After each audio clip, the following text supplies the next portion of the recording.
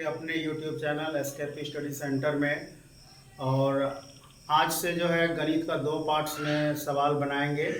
एक पार्ट्स में जो होगा जो अध्याय 1 से लेकर के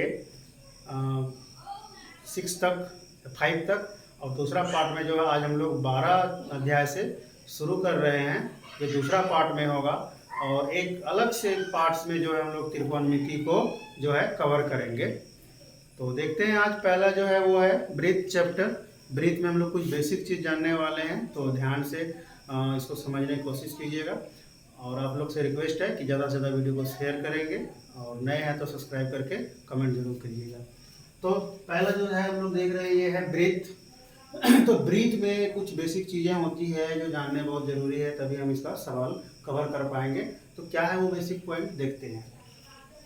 तो ये चारों ओर की जो आकृति हम लोग देख रहे हैं ये एक ब्रीथ है, और इसके बीच में जो है वो एक केंद्र है। तो ब्रीथ हम लोग किसको बोलेंगे? तो जितने सारे हम लोग देखते हैं जो गोल चीजें होती हैं, केवल गोल, वो क्या हो जाएगा? ब्रीथ हो जाएगा। जैसे साइकिल का पहिया देखते हैं, रिंग देखते हैं, या मतलब हाथ में जो पहनते हैं उसको क्या कहते हैं, मतलब जो लोहा के बने होते हैं, वो सारे गोल चीजें जो होती है जो ठोस नहीं हो वो सभी ब्रीथ होंगे। लेकिन जो गेंद है, बॉल, वो हो जाएगा गोला में आ जाएगा, तो वो वृत्त नहीं होगा। तो साइकिल का जो पहिया है वो क्या हो जाएगा मेरा? ये हो जाएगा वृत्त, इसको बोलते हैं सर्कल। और इसके बीच में जो पॉइंट होगा, बीच वाले पॉइंट को हम लोग बोलेंगे केंद्र, इसको बोलेंगे केंद्र। और जो ये बाहरी है इसको बोलेंगे परिधि, इंग्लिश में बोलते हैं सरकमफेरेंस। और सरकमफेरेंस जिसको सी से सूचित करते हैं, और केंद्र को अंग्रेजी में बोलते हैं ओरिजिन, ओरिजिन बोलते हैं, इसीलिए इसको ओ से सूचित करते हैं। तो ये हो गया वृत्त के कुछ मूलभूत चीजें हम बताने जा रहे हैं। ओ केंद्र बोलते हैं इसको, या केंद्रक भी बोलेंगे। तो ओ से सूचित करेंगे ओरिजिन, इसको बोलेंगे ओरिजिन। और ये चारों ओर के जो बाहरी भाग है इसको बोलेंगे परिधि। और एक हम दूसरा लेते हैं वृत्त, दूसरे वृत्त में समझेंगे, एक में थोड़ा ज़्यादा गंदा हो जाएगा। ये फिर वृत्त हमने बनाया, ये क्या हुआ? केंद्र हुआ, जिसको किससे सूचित करते हैं? ओ से, इसको बोलेंगे ओरिजिन, ओ से।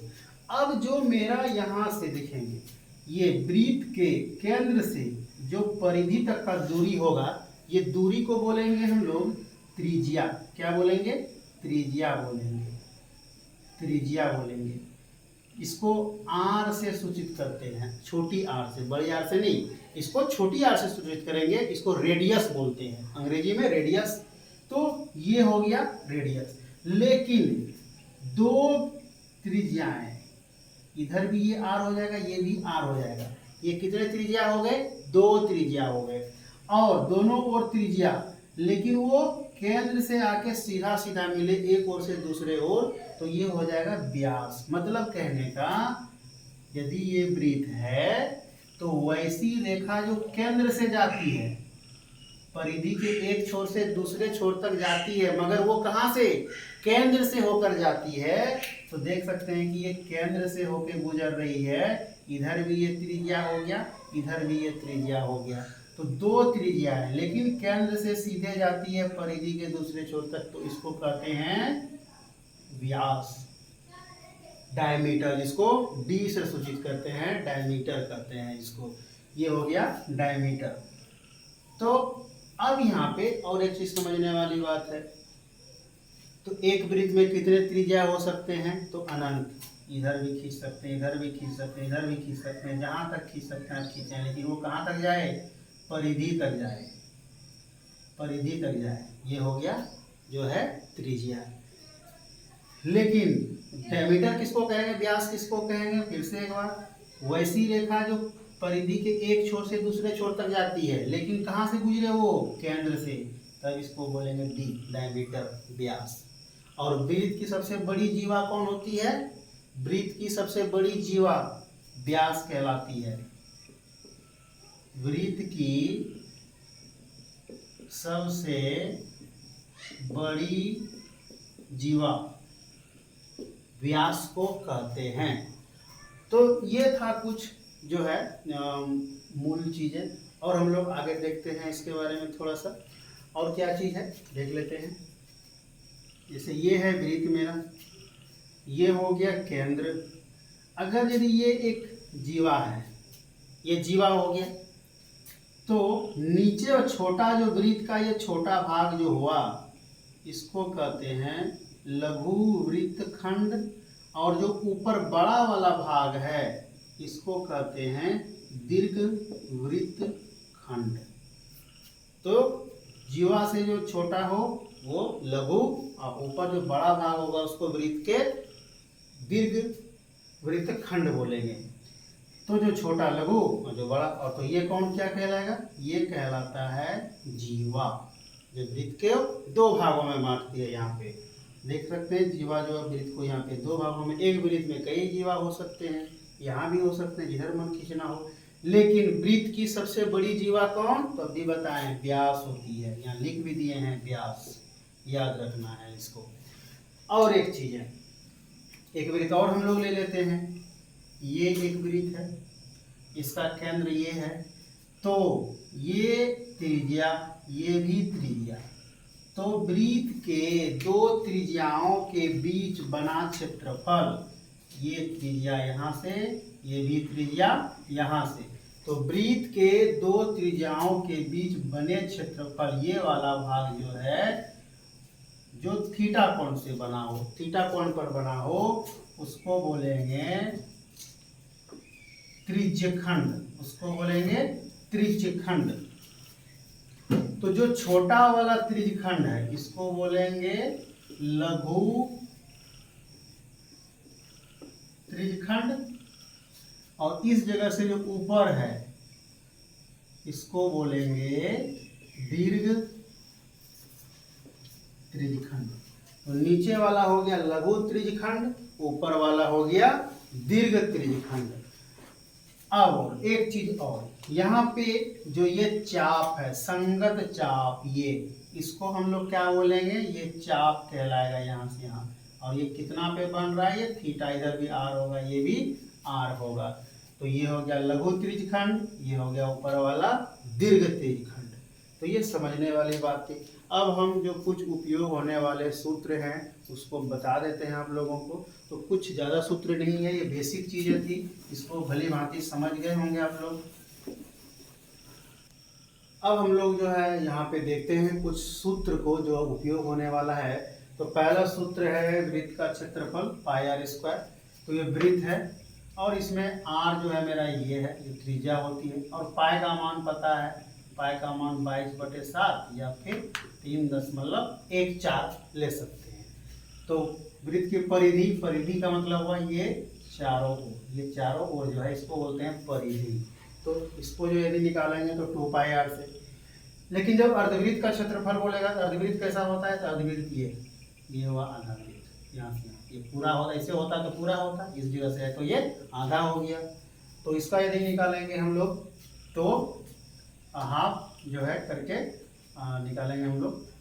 और यदि अर्धवृत्त का परिधि निकालने बोला जाए तो यहाँ पे ध्यान देना है, ये वाला भाग तो जो है पाई आर होगा, लेकिन ये वाला भाग भी जुट जाएगा, प्लस 2r लिख सकते हैं, या 2r को d भी लिख सकते हैं, क्योंकि जो व्यास होती है वो व्यास एक छोर से दूसरे छोर तक होती है, यानी d बराबर 2r, 2r जुटेगा तब जो है व्यास होगा। अभी समझा चुके हैं। त्रिज्यखंड है। अब त्रिज्यखंड किसको बोलेंगे, तो दो त्रिज्याओं के बीच बना क्षेत्रफल, मतलब ये यहाँ से लेके यहाँ तक ऐसे ऐसे, ये थीटा कोण पर, थीटा जो दिया रहेगा ये हो जाएगा, थीटा का मान ले लेंगे, पाई का मान 22/7, आर का मान ये दिया रहेगा। लेकिन यदि चाप की लंबाई, संगत चाप जो है ये है ए बी, यहाँ से यहाँ तक, ये वाला जो दिख रहा है इसको बोलेंगे चाप की लंबाई, जो θ/360 2 पाई आर इंटू कर देना है। और त्रिज्यखंड के अंदर ये संगत जो त्रिभुज बन रहा है, ये ए ओ बी, इसका यदि क्षेत्रफल निकालना हमें है तो half sine theta r square कर देंगे।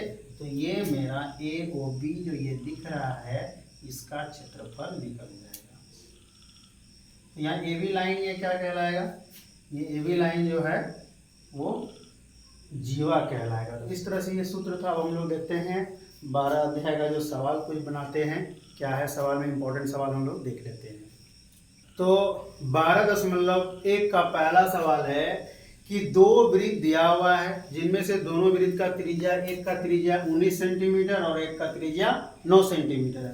कह रहा है इन दोनों वृत्त को मिलाने पे जो नया वृत्त बनेगा उसके जो परिधि का योग है इस नए वृत्त के परिधि के योग के बराबर है। मतलब दो वृत्त को मिलाने पे जो नया वृत्त बनेगा उसका जो परिधि होगा इन दोनों वृत्त के परिधि के योग के बराबर होगा। तो उस नए वृत्त का त्रिज्या निकालना है। तो ये दोनों वृत्त को जब मिलाए तो एक नया वृत्त बना मेरा, जिसका हम लोग r माने। दोनों मान लिए नए वृत्त की त्रिज्या कितना है, r है। अकॉर्डिंग टू क्वेश्चन क्या बोला, प्रश्न के अनुसार इस दो नए वृत्त, मतलब दो वृत्त जो दिया हुआ था इसके परिधि का योग, मतलब दोनों वृत्त के परिधि का योग बराबर नए वृत्त की परिधि। तो दोनों वृत्त का क्या हो जाएगा, 2 पाई r1 और 2 पाई r2, क्योंकि परिधि का सूत्र 2 पाई r था। तो r1 इसका है तो r1 और 2 पाई r2। नए वृत्त का क्या हो जाएगा 2 पाई r, क्योंकि इसका r माने हैं 2 पाई r। तो यहाँ से 2 पाई कॉमन कर लेते हैं तो r1 आइए r2 बराबर 2 पाई r। ये 2 पाई क्या हुआ, कट गया। r1 जोड़ r2 equal to r। r1 का मान कितना है 19, r2 का मान 9 है यहाँ से, और बराबर r। तो r बराबर क्या हो गया, दोनों को जोड़ेंगे तो 28 सेंटीमीटर। मतलब नए वृत्त की जो त्रिज्या होगी वो होगी 28 सेंटीमीटर। इस तरह एग्जाम में सवाल जो बहुत पूछा जाता है ऑब्जेक्टिव में, ये भी है आपका एग्जाम के दृष्टिकोण से। दूसरा सवाल हम लोग देखते हैं। दूसरा सवाल कह रहा है कि दो वृत्त दिया हुआ है जिसका त्रिज्या एक का 8 सेंटीमीटर। एक वृत्त हम लोग बनाए r1 जिस मान लिए त्रिज्या 8 है, दूसरा वृत्त है जिसका त्रिज्या 6 है, r2 मान लिए। इस दोनों वृत्त को मिलाने पे एक नया वृत्त बनता है जिसका त्रिज्या r है। तो r का मान निकालना है। कैसे निकालना है, तब कंडीशन पहले वृत्त में था कि परिधि का योग बराबर। इस बार क्या बोला हमें कि इन दोनों वृत्त के क्षेत्रफल जो है, क्षेत्रफल का जो योग होगा वो क्या होगा, बराबर है नए वृत्त का। तो दोनों का क्षेत्रफल जो होगा उसके अनुसार, तो दोनों वृत्त के क्षेत्रफल का योग बराबर नए वृत्त का क्षेत्रफल। मतलब ये दोनों का क्षेत्रफल जोड़ के जो नया वृत्त बनेगा उसके क्षेत्रफल के बराबर है। मतलब सीधी सी दो वस्तु, ये दोनों वृत्त को हम लोग क्षेत्रफल से जोड़ देंगे, जो नया बनेगा इसका क्षेत्रफल इन दोनों के बराबर होगा। तो इसका हो गया क्षेत्रफल पाई r1 का स्क्वायर, ये हो गया पाई r2 का स्क्वायर, क्योंकि इसका त्रिज्या r2 है। नए वाला का क्या होगा तब पाई r स्क्वायर, क्योंकि इसका r माने हैं। तो पाई कॉमन कर लिए हम लोग, r1 का स्क्वायर, ये हो गया r2 का स्क्वायर बराबर पाई r। तो पाई यहाँ से कट जाएगा, ये पाई कट जाएगा, इधर बचा r स्क्वायर। r1 का मान 8 का स्क्वायर, r2 का 6 का स्क्वायर, ये r स्क्वायर। तो 8 64 स्क्वायर करेंगे तो 6 6 के 36 r स्क्वायर। दोनों को जोड़ेंगे तो r स्क्वायर बराबर कितना हो गया 100। फाइनली r बराबर रूट अंडर 100, 100 का वर्गमूल 10 सेंटीमीटर। यानी नए वृत्त का जो त्रिज्या होगा वो होगा 10 सेंटीमीटर। इस तरह से एग्जाम में पूछा जाता है, ऑब्जेक्टिव में भी और सब्जेक्टिव में भी। एग्जाम के दृष्टिकोण से बहुत महत्वपूर्ण है। और अब हम लोग अगला जो एक्सरसाइज है वो नेक्स्ट वीडियो में देखेंगे। तब तक के लिए जो है और आप लोग मेहनत करते रहिए और वीडियो को ज़्यादा से ज़्यादा शेयर कीजिए। मिलते हैं अगले वीडियो में, धन्यवाद।